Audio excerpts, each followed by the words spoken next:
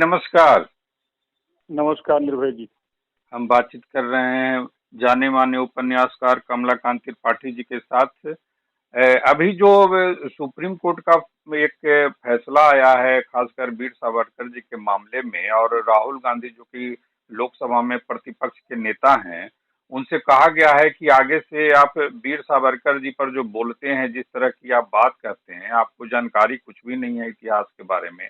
और आपकी एक बहुत ही रिसर्चेबल किताब है सावरकर जी पर, नायक बनाम प्रतिनायक, विनायक हम्म, दामोदर सावरकर जी पर। तो सुप्रीम कोर्ट जी के जो फैसले को और उनकी टिप्पणी को राहुल गांधी के मद्देनजर अगर देखते हैं तो किस रूप में देखते हैं जी? नहीं, सुप्रीम कोर्ट ने सही कहा है। और राहुल गांधी जी से थोड़ा बचकानापन हो गया। और उसका कारण ये है कि लोगों में ये बिना ज्ञान के, बिना इतिहास पढ़े लिखे, बिना तथ्य जाने एक धारणा बन गई है कि सावरकर माफी वीर थे। और आपको याद होगा, इंदिरा गांधी जी ने उनकी मृत्यु पर बहुत बहुत शानदार पत्र उनको लिखा, उनके स्वजनों को लिखा था। ये पहले की बात नहीं है, ये जब से बीजेपी सरकार आई है 1914 में, तब से लोगों ने इसको शुरू किया और चारों तरफ फैल गया है। आप कोई चीज लिखें सावरकर को टच करती हो, तो अगर वो पब्लिक है तो उसमें 10 लोग ऐसे आ जाएंगे जो उनको माफी वीर कहेंगे। तो जो सामान्य धारणा लोगों में प्रचलित है, जो भ्रम पर आधारित है, उसी को उन्होंने स्वर दे दिया बिना जांच पड़ताल किए। तो ये कैसे संभव है कि आप इतने इतने बड़े स्वतंत्रता सेनानी को आप नहीं जानते हैं, उनके किसी योगदान को नहीं जानते हैं, और आप समझने की भी कोशिश नहीं करते हैं और आप उनको माफी भी कह देते हैं? अब ये तो अज्ञान है, पढ़ाई लिखाई न करने का परिणाम है। और लेकिन ये धारणा बहुत बहुत से लोगों में जो पढ़ते लिखते नहीं हैं, सिर्फ एक बात पकड़ लेते हैं किसी से सुन करके, और उनको सूट करती है, उनके इंटरेस्ट को सूट करती है, उसी तरह की बात है ये। तो आप इसको किस रूप में माने देखते हैं कि ऐसे लोगों को किस रूप में कैसे पढ़ना चाहिए? वीर सावरकर जी को अगर पढ़ना चाहिए तो बहुत भारतीय सारी आजादी के किताबें हैं। संदर्भ में। वीर सावरकर पर बहुत सारा लिटरेचर है। अधिकांश मराठी में है और सबका अंग्रेजी अनुवाद हो चुका है। खुद उनका लिखा हुआ बहुत सारा साहित्य है। और अपने अंडमान के दिनों के बारे में उन्होंने लिखा है, उसका भी अंग्रेजी अनुवाद हो चुका है। और अन्य लोगों ने भी लिखा है, अंग्रेजी में भी लिखा, हिंदी में भी लिखा है। बहुत सारी किताबें हैं उनके ऊपर। तो उसका एक संदर्भ है, उनके जो कुछ उनको जो माफी वीर कहा जाता है उसका एक संदर्भ है। लेकिन उस संदर्भ को बिना जाने केवल माफी वीर का देना उनको, ये अज्ञान का द्योतक है और कोई बात नहीं है। वो अकेले ऐसे क्रांतिकारी थे, अकेले ऐसे क्रांतिकारी थे जिन्होंने पूरे भारत के क्रांतिकारियों को एकजुट करने के लिए प्रयास किया और सभी क्रांतिकारियों के अड्डों पर उन्नत किस्म का बम बनाने का एक मैनुअल भेजा इंग्लैंड से। तो उनकी दृष्टि जो है पूरे भारत के क्रांतियों पर, क्रांतिकर्ताओं पर थी, केवल महाराष्ट्र पर नहीं थी। उन्होंने जितना कुछ जीवन अपना बिताया वो सारा जीवन उन्होंने अब क्रांति को समर्पित कर दिया। जब बाहर रहे और जब वहां गए तो अकेले व्यक्ति थे, वो अकेले व्यक्ति इतिहास में जिनको कि 2 आजीवन कारावास की सजाएं एक साथ मिली थी। यानी 50 वर्ष, उस जमाने में 25 वर्ष की होती थी। 50 वर्ष की सजा पाने वाले अकेले वही क्रांतिकारी थे और कोई नहीं था। 50 वर्ष उनको लगातार एक के बाद एक झेलना था, मतलब 25-25 साल का अलग अलग दोनों जोड़ के झेलना था। और उन्होंने पहली अपनी याचिका दी कि दोनों को एक साथ चलाया जाए, तुरंत मना कर दिया गया सरकार की ओर से। लेकिन सरकार चाहती थी कि वो कुछ करने लायक स्थिति में वहां से लौटे ही नहीं। और जो कुछ सरकार उनके साथ किया उसी से स्पष्ट है कि अंग्रेज सरकार सबसे बड़ा दुश्मन सावरकर को ही मानती थी। आप जो अपनी कुछ भी किया। आप अपनी किताब नायक बनाम प्रतिनायक इस शीर्षक से ही, कुछ हेडिंग से ही कुछ काफी कुछ हाँ पता चलता है। आप क्या इसमें बताना हाँ चाहते हैं, थोड़ा पाठकों को बताएं, हाँ, हमारे यही श्रोताओं को। यही मैं बताना चाह रहा था। देखिए, वो एक ऐसे क्रांतिकारी थे जिनको कि 50 वर्ष की सजा मिली और कुछ करने लायक स्थिति में लौटने वाले नहीं थे। अकेले क्रांतिकारी थे जिनके भाई को आजीवन कारावास सजा मिल चुकी थी और उनको पता भी नहीं था कि हमारे छोटे भाई को भी आजीवन कारावास सजा मिल गई है। वो दोनों भाई साथ वहां रहे, वो 11 साल, ये 10 साल। और तीसरे भाई, तीन ही भाई थे, तीसरे भाई को हर मौके पर कुछ भी होता था तो उनको गिरफ्तार कर लिया जाता था। कई बार गिरफ्तार हुए और इस मामले में भी, जिस मामले में इनको गिरफ्तार करके जेल दी गई, कुछ आजीवन कारावास सजा दी गई, उसमें भी वो गिरफ्तार हुए थे। इनको 6 महीने की सजा मिली थी। कई लोग गिरफ्तार हुए थे उसमें। तो उसमें इनके ऊपर 2 मुकदमे चलाए गए, एक ही मुकदमे को 2 मुकदमा कर दिया गया, इससे जिससे कि वो लौट न सके वहां से। अधिकांश लोग लौट नहीं पाते थे 50 साल के बाद। इतना वहां यातना होती थी, इतना कठिन जीवन था कि उसमें वो लौट नहीं पाते थे। और जब लौटाया तब, जबकि वहां पर इतना विरोध हुआ था, एक कमेटी बनी थी अंडमान जेल के ऊपर। उस कमेटी ने बहुत उसकी भर्त्सना की थी, तो उसको खत्म करने की बात चल रही थी। उसके बाद फिर फर्स्ट वर्ल्ड वार आ गया, सेकंड वर्ल्ड वार आ गया, तो जापान कब्जे में चला गया, बात हट गई। लेकिन अंग्रेज खुद ही उसको खत्म करना चाह रहे थे, क्योंकि वो एक तरह से हिटलर का यातना शिविर का अंग्रेजी अनुवाद था। वो यातना शिविर था, जेल थी ही नहीं। तो उस समय इनको बिना किसी याचिका के, गांधी जी ने भी याचिका भिजवाई थी, अपने हरिजन में भी लिखा था, तो उससे कोई असर नहीं हुआ। और उन्होंने भिजवाई थी, कहा इसी तरह से लिखिए, क्योंकि इनको जो आम माफी हुई थी ना, फर्स्ट वर्ल्ड वार के बाद जो आम माफी हुई थी 1919 के बाद, उसमें जीतने के बाद, उसमें भी इनको नहीं छोड़ा गया। जबकि बहुत तमाम लोगों को छोड़ दिया गया, जिनके ऊपर मर्डर करने का चार्ज था, उनको भी छोड़ दिया गया। बारिंद्रनाथ घोष, परमानंद, भाई परमानंद, ये सब उसी में छूटे थे। बड़े बड़े क्रांतिकारी छूटे थे, लेकिन उनको नहीं छोड़ा गया। उसके बाद गांधी जी से जब उनके छोटे भाई मिले तो उन्होंने कहा कि इस तरह से लिखें वो, उनका कोई अपराध, ऐसा हिंसा का अपराध नहीं है, जो भी है वो उन लोगों से कम है जिनको छोड़ा गया, तो उनको क्यों नहीं छोड़ा जा रहा है। इसके पीछे, जैसा मैंने आपको बताया, अंग्रेज उनको सबसे खतरनाक मानते थे। और छोड़ा किस तरह, मैं बता रहा हूँ आपको। वहां से अंडमान से, मतलब पोर्ट ब्लेयर से जहाज के द्वारा उनको लाया गया कलकत्ता। कलकत्ता से फिर उनको जो है रत्नागिरी लाया गया, और रत्नागिरी जेल में बंद कर दिया गया, कठोर कारावास में। 4 साल वहां कठोर कारावास में रहे हो। 4 साल के बाद उनको छोड़ा नहीं गया, उनको नजरबंद रखा गया रत्नागिरी में, और उनसे तमाम शर्तें लिखवाई गई कि इन शर्तों पर आप रहेंगे वहाँ, कोई राजनीतिक बात नहीं कहेंगे, वगैरह वगैरह। और जब उसकी अवधि 5 साल पहले की थी, लेकिन लगातार उसको बढ़ाते रहे। 1937 में पहले पॉपुलर इलेक्शंस हुए थे। उससे जो सरकार बननी थी वो 1 अप्रैल को बननी थी। 1 अप्रैल को सरकार नहीं बन पाई। कांग्रेस जीती थी वहां बम्बई में, और कई जगह 8 सूबों में जीती थी कांग्रेस। तो उसका ये था कि पहले गवर्नर जनरल ये आश्वासन दें कि अपने विशेषाधिकार का प्रयोग नहीं करेंगे, तभी हम लोगों को छोड़ेंगे, तभी हम सरकार बनाएंगे। तो वो पीरियड था अप्रैल से लेकर के जून तक का, कहीं कहीं जुलाई में सरकार बनी। तो अप्रैल से जून तक के पीरियड के लिए हर जगह अल्पमत की सरकारें बनी।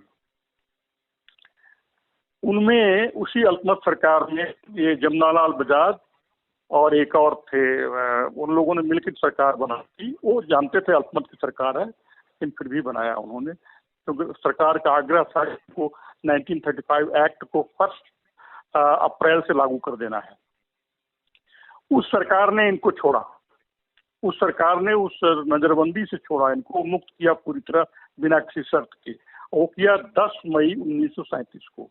अंग्रेजों ने कभी नहीं छोड़ा उनको, इतना खतरनाक समझते थे जी।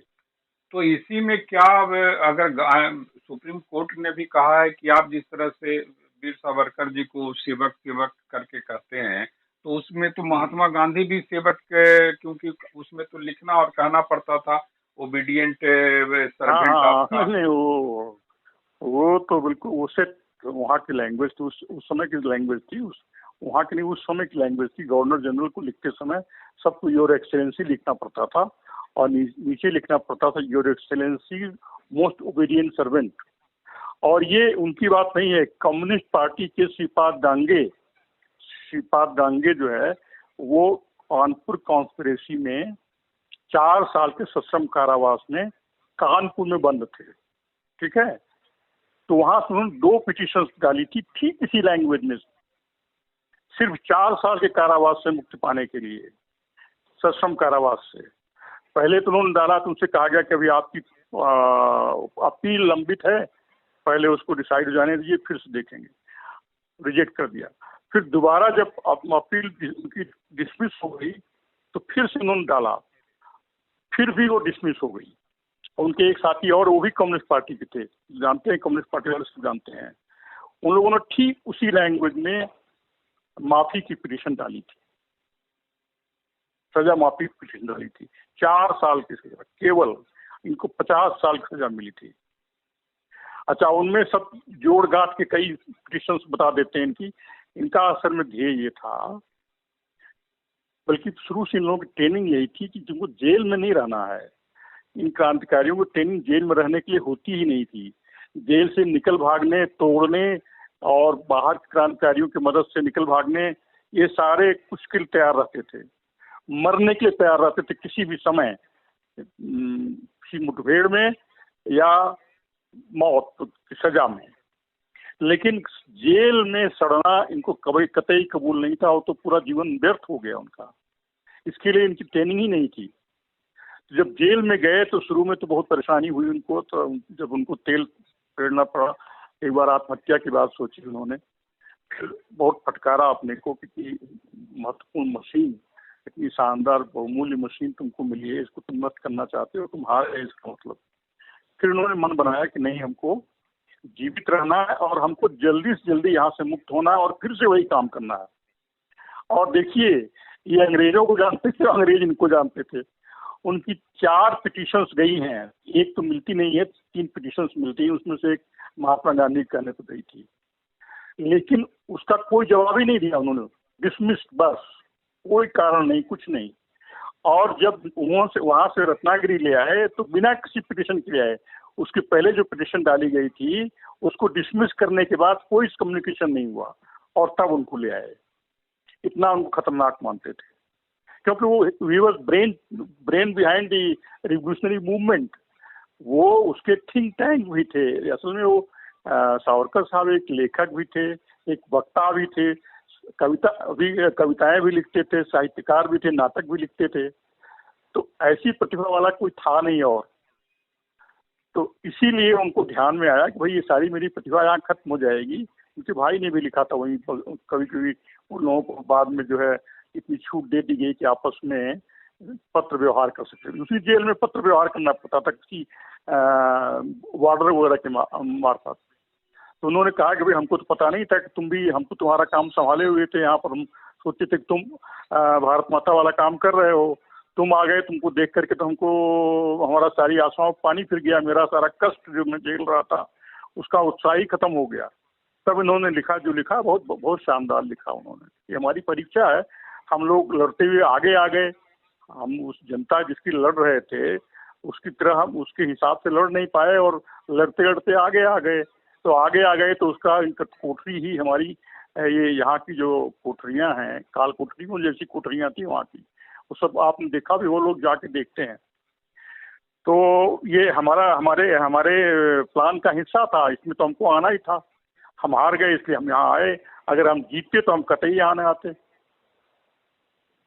तो ये जो तो नायक, दो भाई एक साथ, तीसरे भाई को हमेशा जो है वो जब कुछ भी होता था उनको डाल देते थे जेल में।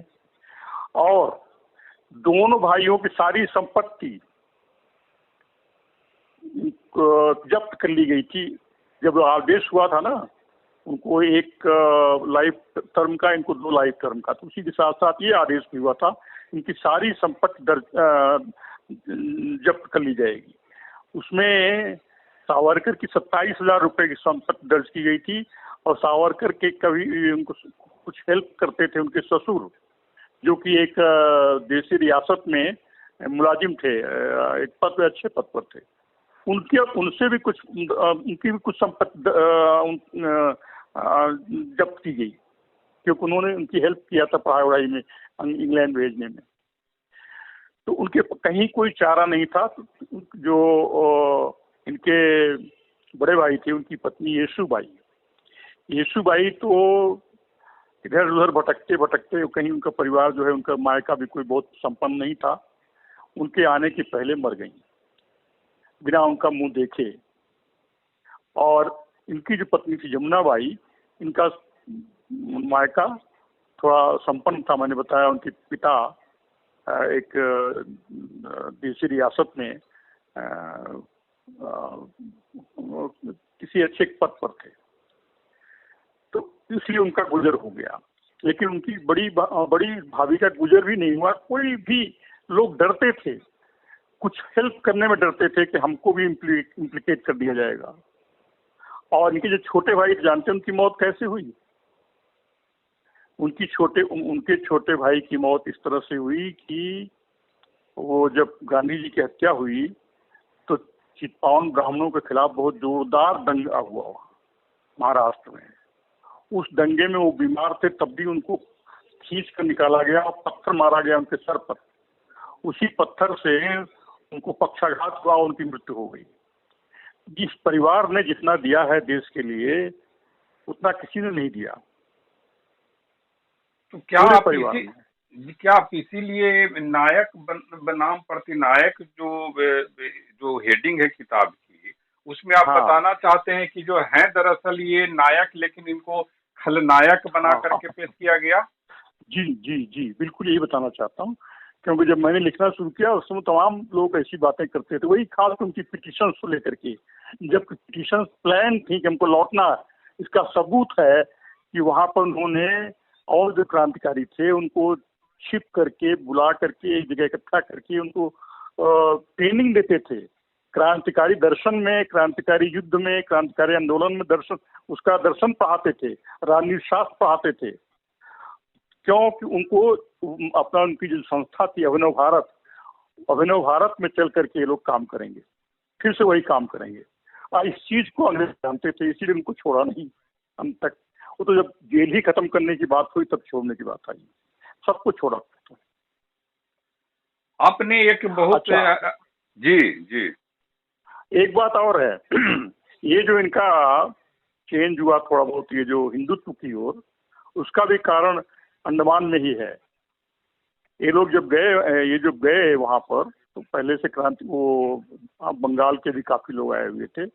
सारे क्रांतिकारी राजनीतिक बंदी, सो कॉल राजनीतिक बंदी, तो राजनीतिक बंदी जैसी कोई चीज नहीं थी वहां पर, बल्कि राजनीतिक बंदी उल्टे सेंस में थी। इनसे केवल श्रम वाला काम लिया जाएगा, और ऐसे श्रम वाला जो और कोई कैदी से नहीं लिया जा सकता, वो इनसे लिया जाएगा।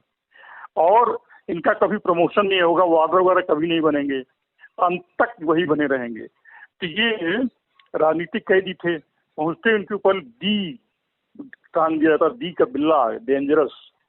अच्छा, और इनसे दिन रात काम लिया जाता था इन लोगों से, बहुत कठिन किस्म का काम। जैसे एक काम जो बहुत प्रसिद्ध है, तेल पेरना, अकेले तेल पेरना, और वो तेल किसान नारियल का, इतना कठिन काम, और दिन भर पेरना पड़ता। दिन भर से कोई मतलब नहीं, 30 पाउंड रोज निकालना पड़ता तेल। उसमें बेहोश हो गए थे, कई लोग बेहोश हो गए, कई लोगों की मौत हो गई, कई लोग पागल हो गए वहां पर, बाद में ठीक हुए। कई कहानियां हैं वहां पर। और काम पूरा न हो पाने पर उनको बेड़ी और हथकड़ी में बांध कर खड़ा रखा जाता था, और तब भी काम नहीं पूरा होता था तो हथकड़ी बेड़ी के साथ साथ क्रॉस बार लगा देते दोनों पैरों में, दोनों पैर स्थिर। और वो एक टर्म था 7 से 11 बजे तक, दूसरा था 12 से 5 बजे तक। उस बीच अगर कोई उनको हाजत लगती है तो ऐसे ही खड़े खड़े करना पड़ता था उनको। बिल्कुल उनकी अंतरात्मा को मार करके उनको मनुष्य नहीं रहने दिया जाता था, मनुष्य के एहसास से मुक्त उनको जो है वंचित कर दिया जाता था कि तुम मनुष्य हो। ऐसे हालात में वहां पर रहना होता था। एक दिन भी कोई रह ले, जो लोग माफी भी कह के हंसते हैं तो मालूम पड़ेगा, लेकिन वो उन्होंने फिर भी माफी नहीं मांगी थी। उन्होंने माफी मांगी थी स्ट्रेटजी के तहत कि हम चल के अभिनव भारत के काम को शुरू करेंगे। इस काम को हम छोड़ के बीच में आ गए, धोखे से आ गए। उनका जो मुकदमा चला, मुकदमा जो है गलत चला। उनका मुकदमा चलना चाहिए था इंग्लैंड में, जो कुछ उन्होंने किया इंग्लैंड में किया। तो चूंकि इंग्लैंड के अदालतें तो काफी लिबरल थी उस समय, अब भी लिबरल थी, आज भी लिबरल हैं, और उनके ऊपर एक ही अपराध जो है वो सिद्ध होता था, वो था 25 पिस्तौलें भेजने का। उसी में से एक पिस्तौल एक अभिनव भारत मेंबर ने बाद में जब भेजा, तब तो उसको बहुत बाद की बात है, उससे जैक्सन की हत्या कर दी थी। तो उस जब भेजा था तो उसका जैक्सन कहीं नाम ही नहीं था, उनको कोई संबंध ही नहीं, जैक्सन पता नहीं कहाँ उसकी पोस्टिंग थी। उन्होंने अपने क्रांतिकारियों के काम के लिए भेजी थी, ये ठीक है। इसके लिए इलीगल आर्म सप्लाई में, इलीगल आर्म भेजने के दंड में जो सजा मिलती वो मिलती, और कोई सजा उनको नहीं मिल सकती थी। वो तो बाद में इन्होंने खोज के निकाला और सब जैक्सन संबंध का जोड़ लिया, और पहले के जो इनके भाषण थे और लेख थे जिन पे कोई कार्रवाई उस समय नहीं, किसी कार्रवाई के लायक ही नहीं माना जाता था जब छोटे पढ़ते थे यहाँ पटना में, उन सबको इकट्ठा करके वहाँ सिद्ध किया गया। वहाँ मुकदमा चला, वहाँ इस बात को तय करने के लिए मुकदमा इंग्लैंड में चलेगा क्या इंडिया में चलेगा। उस मुकदमे में सब लीक तमाम चीजें इकट्ठा करके एक अधिकारी गया यहाँ से, और उसने सब बहुत जोरदार सबसे बड़ा वकील किया, जो यहाँ जाकर के बाद में गवर्नर जनरल बने, रीडिंग। तो ये बिल्कुल गलत तरीके से इंडिया में ले आए। अगर ये जानते थे कि अगर हमारा वहाँ मुकदमा देखा जाएगा तो हमने ऐसा कुछ भी नहीं किया जिससे कि लोग कोई कठिन दंड दे सकें। इसीलिए लोग जानते नहीं, इसको या भूल जाते हैं।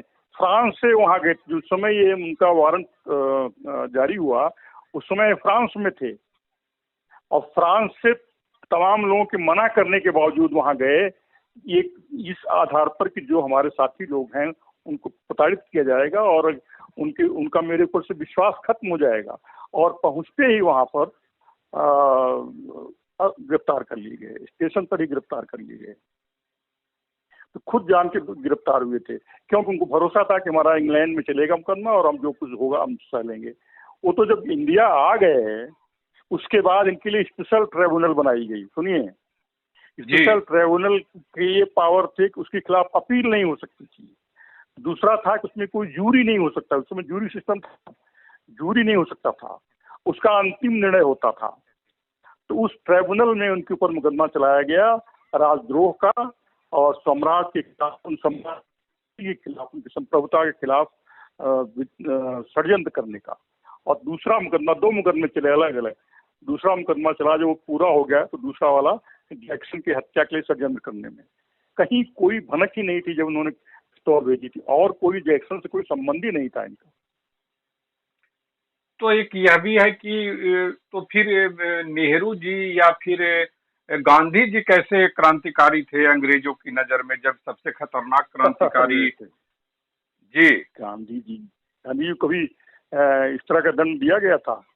गांधी जी जब जेल में रहते थे, एक क्लास जेल में रहते थे और अखबार पढ़ते थे, और 42 में जब सबसे बड़ा कांड उन्होंने किया था जिससे इतनी हिंसा फैली, उसमें उनको वहां रखा गया था पैलेस में, आगा खा पैलेस में रखा गया। तो उनकी पत्नी भी साथ गई थी, जबकि उनको जेल नहीं हुई थी। उनके प्राइवेट सेक्रेटरी भी वहीं थे, उनकी डेथ हो गई वहीं पर।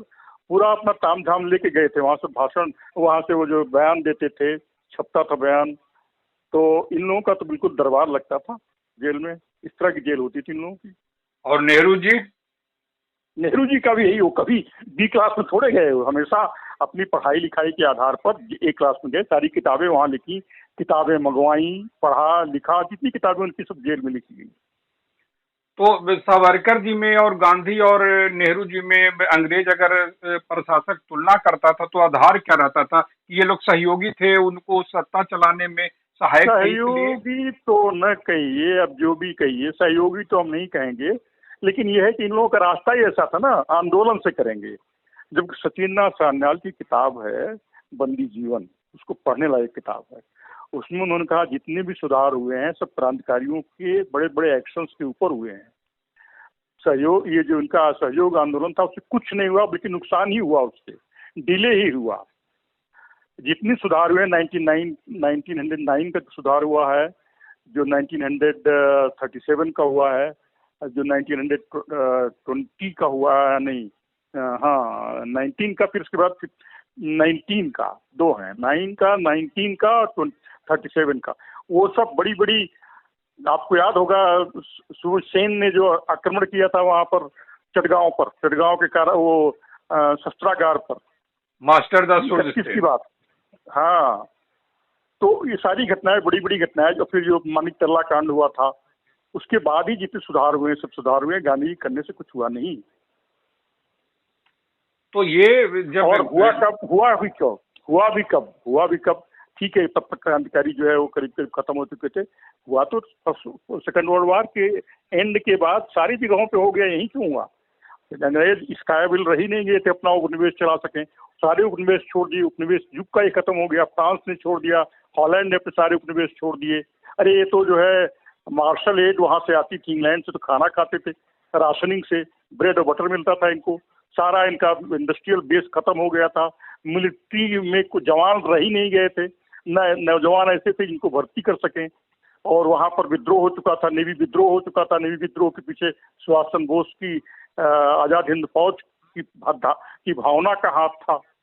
तो ऐसा कुछ माहौल बन गया था कि अब फिर ये जो सरकार आई थी लेबर पार्टी, चर्चिल हार गए थे, आपको याद होगा 45 में चर्चिल हार गए थे, लेबर पार्टी की सरकार आई थी। उसका शुरू से था कि एम्पायर हमारे किसी काम का नहीं है, केवल बड़े बड़े लोगों को वहाँ बड़े बड़े पद देता है। हम लोग क्या, श्रमिक वर्ग का क्या करता है? यहाँ के श्रमिक भी मर रहे हैं, वहाँ भी मर रहे हैं। तो श्रमिकों की सरकार नहीं थी ये, श्रमिकों का एम्पायर नहीं था ये, एम्पायर था वहाँ के एरिस्टोक्रेट्स का। वही अफसर बन के आते थे, वही गवर्नर जनरल बनते थे, वही आर्मी में वो होते थे, कमीशन ऑफिसर होते थे, और बाकी लोकल लोग जो है उसमें केवल तो सिपाही भर्ती होते थे। उसमें से बहुत मुश्किल से हद से हद ये नायब सूबेदार तक जाते थे। सूबेदार का पद अंतिम था, ऑफिसर नहीं बनते थे, ऑफिसर अंग्रेजी बनते थे हर जगह। बाद में थोड़ा बहुत उन्होंने छूट दिया था, ICS की परीक्षा में शामिल होने के लिए छूट दिया था, लेकिन शुरू में सब जितना भी इनका मेवा था वो अंग्रेज ब्यूरोक्रेसी है, अंग्रेज एरिस्टोक्रेसी के पास जाता था। वहाँ तो बहुत सारा डिवीजन था ना सोसाइटी में, कॉमनर और एरिस्टोक्रेट, लॉर्ड सभा और कॉमन सभा, कॉमन हाउस और लॉर्ड हाउस ऑफ लॉर्ड, वहाँ बहुत क्लियर था। तो इस सरकार ने भी इस सरकार ने भी पूरी अपनी पॉलिसी को टिल्ट कर दिया। जब एटली वाली सरकार आई, चर्चिल की सरकार खत्म हो गई, तो उसने केवल फैसिलिटेट किया, उसने रियलाइज किया कि हाँ अब हम एम्पायर चलाने लायक नहीं है, हम उपनिवेश चलाने लायक नहीं है, उपनिवेश बहुत बड़ी लाइबिलिटी है। क्योंकि सबसे बड़ा युद्ध उनको जो है इंडिया में लड़ना पड़ा जापान के खिलाफ। जितना नुकसान उनका हुआ इंडिया में उतना यूरोप में नहीं हुआ। जब अपना एम्पायर बचाने के लिए, इंडिया को बचाने के लिए, तो उन्होंने समझा हम इस काबिल नहीं रह गए हैं, और फिर वर्ल्ड पावर होना चाहिए उसके लिए। वर्ल्ड पावर दो अलग लोग हो गए, तब तक वर्ल्ड पावर था। ये फर्स्ट सेकेंड वर्ल्ड वॉर के बीच में तय हो गया कि अब वो वर्ल्ड पावर नहीं रह गया, अब वर्ल्ड पावर दो अलग हो गए, अमेरिका और रूस, और उनमें शीत युद्ध शुरू हो गया था। उसी के नाते कोरिया में झगड़ा हुआ। तो इंग्लैंड कहीं नहीं था, वो तो पिछले गू रह गया था अमेरिका का, उसी के दिया हुआ खाना खा रहा था। तो क्या इसीलिए जो है वो अंग्रेज ने तय कर लिया था कि गांधी जी या फिर नेहरू जी हमारे वफादार हैं और सावरकर जी सबसे अधिक खतरनाक है, इसलिए इनके साथ इस तरह की ज्यादती की जाए? इतना कैटेगोरिकल मैं नहीं कहूंगा, लेकिन क्रांतिकारियों से डरते थे वो लोग, इनसे नहीं डरते, कांग्रेस से नहीं डरते थे। कांग्रेस का सबसे बड़ा जो हुआ 1942 का, इसमें काफी हिंसा भी हुई, जो ये नहीं गांधी जी नहीं चाहते थे, क्योंकि सब लोग चले गए जेल, और उसका बहुत नुकसान हुआ। उसी से पार्टीशन हुआ। पार्टीशन जरूर कांग्रेस को जिम्मेदारी है, क्योंकि ये लोग पहले तो 1939 जो वार शुरू हुआ, 8 प्रदेशों में उनकी मिनिस्ट्री को रिजाइन करवा दिया, जिसमें कि हमसे पूछा क्यों, अरे भाई तुमसे कौन पूछता है, पूरे वर्ल्ड में लड़ रहे हैं बेचारे वो, और तुम्हारे पास पावर कहाँ है उसकी। स्टेट गवर्नमेंट की पावर थी नहीं, सेंट्रल गवर्नमेंट की पावर थी। सेंट्रल गवर्नमेंट के पास भी ये काउंसिल असेंबली में ये नियम, ये पावर नहीं थी, ये तो पावर तो गवर्नर जनरल की थी। अच्छा, तो पहले उसने सब रिजाइन करवा दिया। रिजाइन करवाने के बाद बिना कि नए इलेक्शन के 3 जगह मुस्लिम लीग की मिनिस्ट्री बन गई, 3 जगह मुस्लिम लीग की मिनिस्ट्री बन गई जोड़ तोड़ से। उसमें गवर्नरों का भी हाथ था, गवर्नरों ने हेल्प किया, क्योंकि जब कांग्रेस ने इस तरह से नॉन कोऑपरेशन शुरू कर दिया, इस कदर जो है इनके विद्रोह में चली गई, तो और कोई सहारा नहीं रह गया मुस्लिम लीग के अलावा, जबकि लोग चाहते थे वार में कोऑपरेट करें। अच्छा, ये तो हुआ 1939 में। इसके बाद जब 42 में किया, ओहो 42 से तो बहुत ही नुकसान हुआ। 42 के बाद इन लोग सरफेस में, तब जब वार खत्म हो गया, जीत गए अंग्रेज, तब के पहले तक सारे कांग्रेसी बंद थे, कांग्रेस दफ्तर बंद थे, सील थे, कांग्रेस इलीगल थी, इलीगल हो चुकी थी कांग्रेस, कोई एक्टिविटी कांग्रेस की ओर से नहीं रह गई थी। इसलिए जिन्ना का आधार बढ़ गया, जिन्ना को सारी जो मुस्लिम ग्रुप थे, मुस्लिम पार्टियां थे, सबको मिलाने का मौका मिल गया, और फिर उनको डिनाई नहीं किया सका, उनकी मांग को डिनाई नहीं किया जा सका। अगर ये लोग 42 से 45 तक बाहर होते और 39 में सरकार से रिजाइन नहीं किए होते, तो बहुत अच्छी पोजीशन होते, जो एम एन राय ने कहा था। तो गलती अगर कुछ हुआ इन लोगों की वजह से, तो पार्टीशन हुआ, इनकी वजह से इंडिपेंडेंस नहीं आई। ये मैं कहीं भी डंके की चोट पे कर सकता हूँ। पूरे इसके पीछे बहुत सारा फैक्ट है, बहुत सारे डॉक्यूमेंट्स हैं। अभी मैं सब कुछ भले नहीं कर पा रहा हूँ, लेकिन मैं इस पे स्टैंड करता हूँ कि पार्टीशन के लिए जिम्मेदार थी कांग्रेस, इंडिपेंडेंस के लिए कांग्रेस जिम्मेदार नहीं थी। एक आखिरी सवाल कि क्या हाँ, सावरकर जी के लिए देश प्रेम ही सबसे अंतिम लक्ष्य था, और नेहरू जी के लिए, गांधी जी के लिए न भी सही तो देश की सुविधा और देश की सत्ता में आना उनका लक्ष्य था? कि उनके हाँ, ये बात जीवनीकार को उन्होंने भी कहा था कि आप और आगे आंदोलन क्यों नहीं करना चाहते, शायद मॉरिस नाम है उस जीवनीकार का, तो उन्होंने कहा हाँ, था हाँ, कि हाँ, आप बूढ़े हो हम लोग गए हैं थक गए। थोड़ा। जी, हाँ, थक गए, जी हाँ, जी। हाँ, हाँ, थक गए हैं, बूढ़े हो गए हैं, और अगर हम लोगों ने इस बार उसको नहीं माना तो बहुत लंबा संघर्ष सामने है, ये कहा था नेहरू ने। इसलिए अगर वायलेंस का भी हवाला दिया था। कुछ दिन सुविधा हो जाए, सुविधा मिल जाए, तो उसमें क्या खराबी है, सत्ता मिल जाए तो। हाँ, वही कुछ था, इसी तरह, मतलब इसी तरह इनका जवाब था। तो बहुत बाद का जवाब है, तो काफी साल, आजादी के काफी साल बाद का है। और सावरकर जी के लिए देश प्रेम अंतिम तक बना रहा, और आखिर उनका जीवन भी जो है वो अनशन के क्रम में गया, लगातार हाँ, महीनों तक।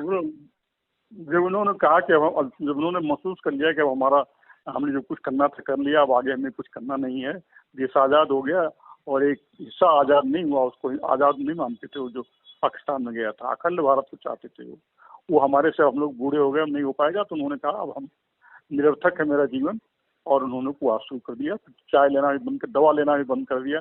फटकारा लोगों को, चुपके से लोग दवा, चाय के साथ दवा देते थे, तो उसको ही लेना बंद कर दिया, और उन्होंने आत्माहुति की है। उसकी परंपरा उन्होंने लिखा है, इसकी बहुत बड़ी परंपरा रही है। कुमार भट्ट ने किया था, और शंकराचार्य ने भी किया था, ये भी इन्होंने भी किया। जब काम पूरा हो गया, चल दिए।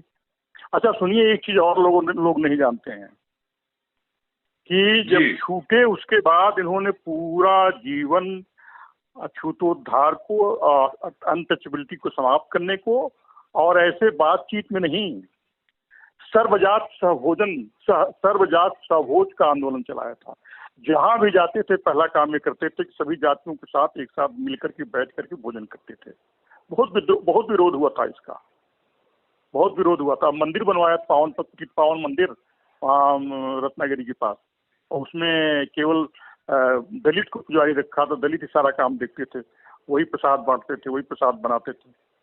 तो ये तो इस मामले में तो अम्बेडकर साहब के बहुत करीब थे। ये अम्बेडकर साहब करीब भी, बल्कि उससे आगे थे, तो उनको विरोध झेलना पड़ा बहुत सारा, अपने ब्राह्मणों का और अन्य लोगों का। तो कई बार इनके बरसाए गए, इनकी कार पे इनके फेंकी गई जहाँ कहीं जा रहे थे। तो सर्व जाति सहभोज का जो उनका आंदोलन था, बहुत ही क्रांतिकारी था, बहुत बड़ी उसने डेंट लगाई थी इसमें जात प्रथा में। सर्वजात सहभोज माने सारे दलित जातियों को साथ लेकर के। उस जमाने में दलितों में भी आपस में भेद नहीं था, आपस में बैठ के नहीं खाते थे एक साथ, एक कप बनाया हुआ नहीं खाते थे। महार और भंगी और ये सब जो थे वहाँ, मतंग, इन सब में भी आपस में ये खान पान नहीं था। वो सब उन्होंने उनके साथ नहीं, ब्राह्मणों को साथ बिठा के खिलाया। और सब जगह कहीं बुलाया होता तो कहते थे कि ऐसा करेंगे तभी हम जाएंगे, नहीं तो नहीं जाएंगे, कहीं जाते नहीं थे। स्कूलों में लड़के जो है उनके दलितों के वो क्लास के बाहर दीवार के पास बैठते थे, वो सब बंद करवाया उन्होंने। उसका भी आंदोलन चलाया बहुत बहुत जबरदस्त। जिस गांव में जिस जगह ऐसा होता था वहां जाने से मना कर देते थे, कितना बुलावा आता हो। ये तो लोग जानते ही नहीं इस चीज को कि वहां से लौटने के बाद उन्होंने क्या क्या किया। हैदराबाद रियासत में नरसंहार हो रहा था, उसके लिए उन्होंने क्या क्या किया, और वहां पर कंसेशन दिलवाया, 50% रिजर्वेशन दिलवाया हिंदुओं को। उन्होंने कहा 80% निवासी हैं हिंदू, उन पर 50% तो बहुत कम है, लेकिन चलिए कुछ तो सफलता मिली हम लोगों को। और ये उनकी सफलता मिली। गांधी जी ने विरोध किया था उसका, जो ये लोग कर रहे थे, कांग्रेस के लोग जो वहां कर रहे थे, उनको मना कर दिया था कांग्रेस वालों को कि इससे सांप्रदायिकता बढ़ेगी। अब बताइए, एक वर्ग अगर अत्याचार करता है तो उसका विरोध सांप्रदायिक है, और दूसरा वर्ग करता है तो वो सांप्रदायिक नहीं है। आपने जब वहाँ असहयोग आंदोलन, खिलाफत आंदोलन चला तो उसमें असहयोग को जोड़ दिया, खिलाफत कमेटी के मेंबर बन गए, वो नहीं था सांप्रदायिकता, ये सांप्रदायिक हो गया। बहुत बड़े बड़े काम किए उन्होंने। एक यह कि आपका लेखन सफल हुआ, मुझे इसमें दिख रहा है कि जिस समय आप ये किताब लिख रहे होंगे, ये बहुत बड़ी आपके लेखन की भी उपलब्धि है। स्वांत सुखाई ही अगर इसको मानिए, स्वांत सुखाई ही इसको मानिए कि आप जब लिख रहे थे नायक बनाम नायक, तो उस समय आपके मन में ही नहीं रहा होगा कि पता नहीं सावरकर जी को कभी न्याय मिलेगा कि नहीं, आपके जीवन में भी यह देखने को मिलेगा ही नहीं।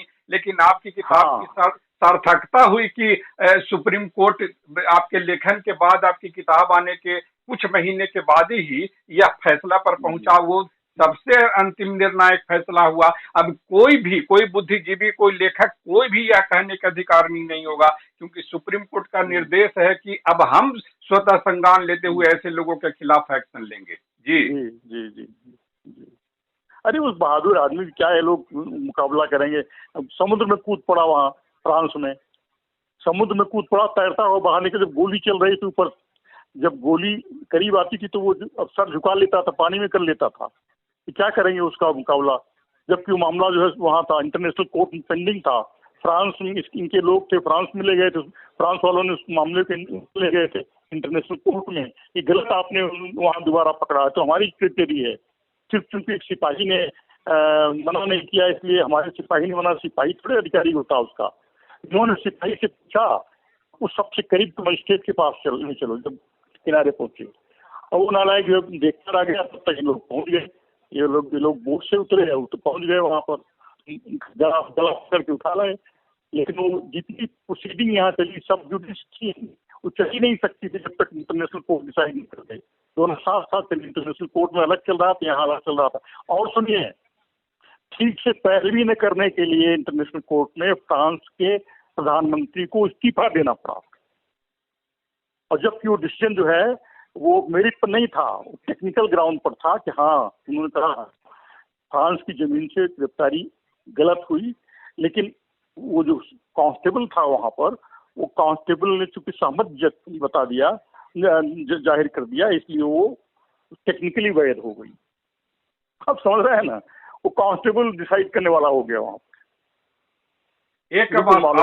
एक आखिरी सवाल की, एक तरफ आपका लेखन सफल हुआ, आपकी किताब की हेडिंग सफल हो गई, दूसरी तरफ क्या अब यह भी लगता है कि जितने भी दाग उन पर लगे हुए थे, जो तथाकथित नेताओं द्वारा, बुद्धिजीवियों द्वारा लगाए जाते थे, इसके चलते उनको भारत सरकार, या ऐसी भी बात कही जाती थी कि भारत सरकार की तरफ से उनको भारत रत्न देने की बात बार बार चर्चा में है। तो चूंकि अब सुप्रीम कोर्ट की मोहर लग गई है, भारत सरकार के लिए भी उनको भारत रत्न देना किसी न किसी रूप में आसान हो गया।